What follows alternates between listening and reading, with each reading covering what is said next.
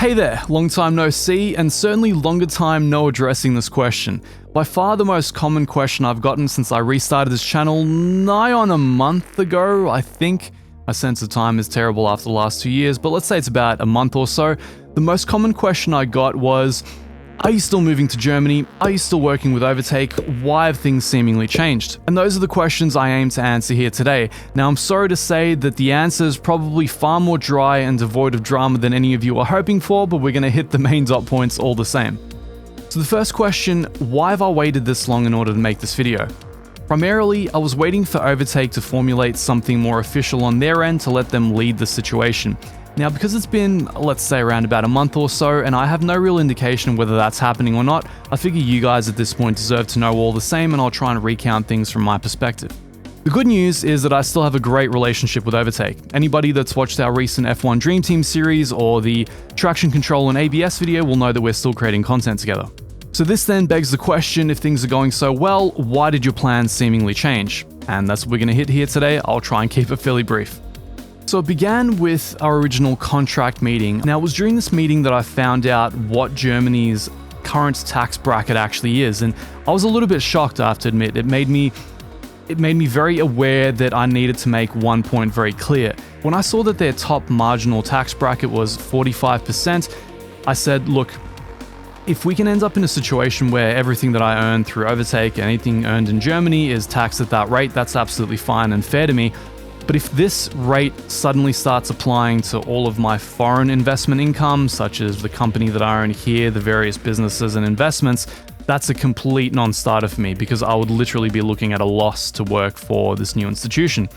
And it was made clear to me during this meeting that no, it can be kept separate. Everything that you earn in Germany, of course, subject to German tax law, but everything you earn elsewhere, like in Australia or whenever, it's not going to be touched by the German government. So this did strike me as a little strange, I have to say, during the meeting, but I thought, okay, cool, well, you're probably the experts on the German tax law situation, so I'm going to leave that with you, and yeah, we'll go on from there.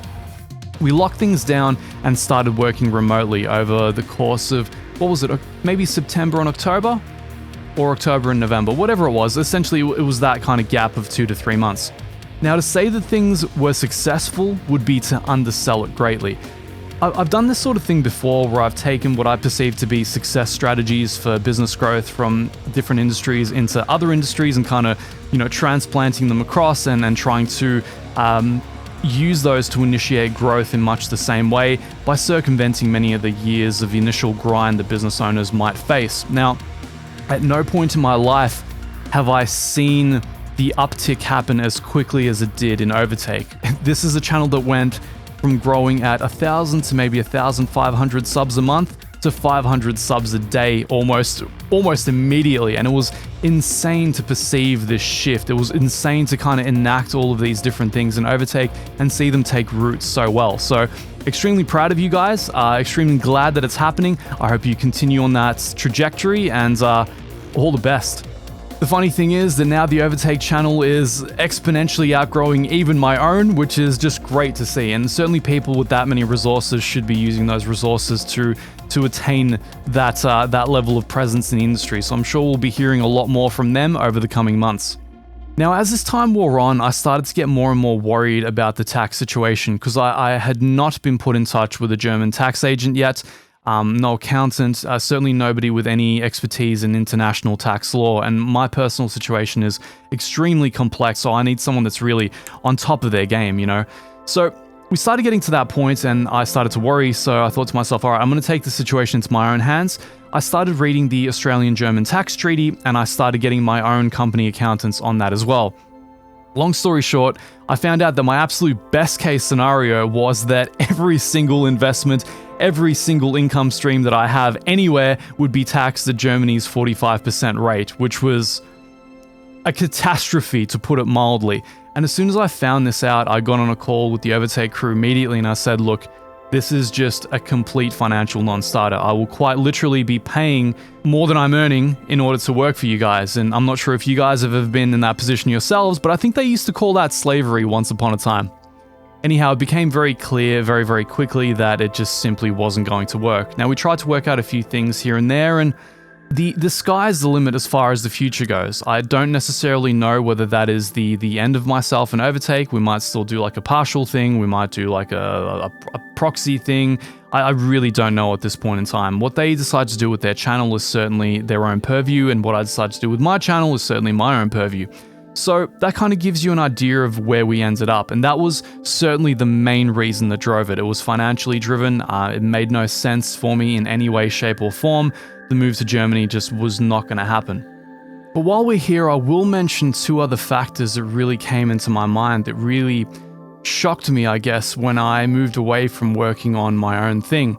Now, I'm 34 years old, and prior to the Overtake situation, I had never been employed in my life. This might sound funny to you, but I've always run my own businesses. Ever since I was a teenager and early adult, it's always been my own thing through thick and thin.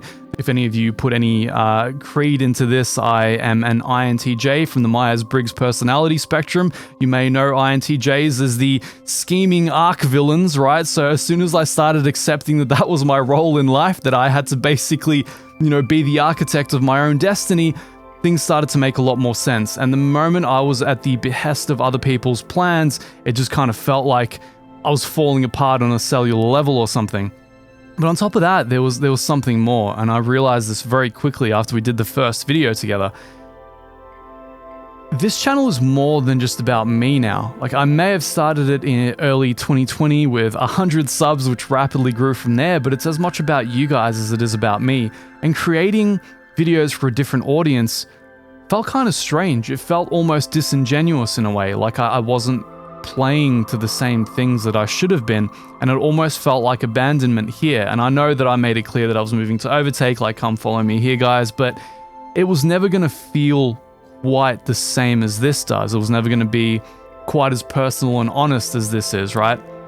So in a strange sense, this channel has become about you guys as much as it's become about me. And the moment I came back and even just did that little Sim Racer Reacts video, which is now catching into the algorithm for some strange reason, just creating a video and connecting with you guys again kind of made all the difference for me. Because I know that this video has been talking mostly about business and finances, but one of the reasons I legitimately started this channel was to keep myself safe during lockdown. So the money facet never really entered my mind for this channel, and now I can go back to that and not really caring about it so much. Whereas obviously if you're employed by someone else to create content for them, you have to start treating it more as a job. But now I can start treating it more as a hobby again, which has made all the difference for my mental my mental state, and hopefully for the feel of the content as well. I hope you guys are appreciating, or at least noticing, that the content is a bit more relaxed. It's very interest oriented. I do whatever I feel like on any given day or any given week, and I hope anyway that it makes it easier for you guys to connect to, because you're legitimately seeing what I'm experiencing as I experience it.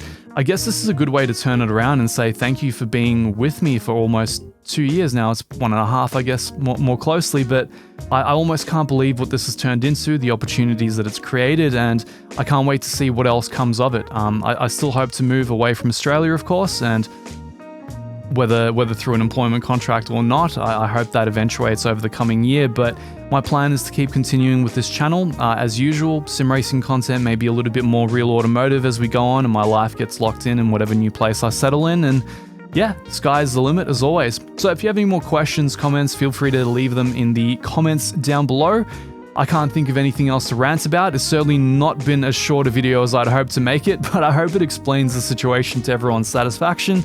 Until the next sim racing video, which is probably going to come out sooner than you'd expect, make sure to hit that sub, and I'll see you all later.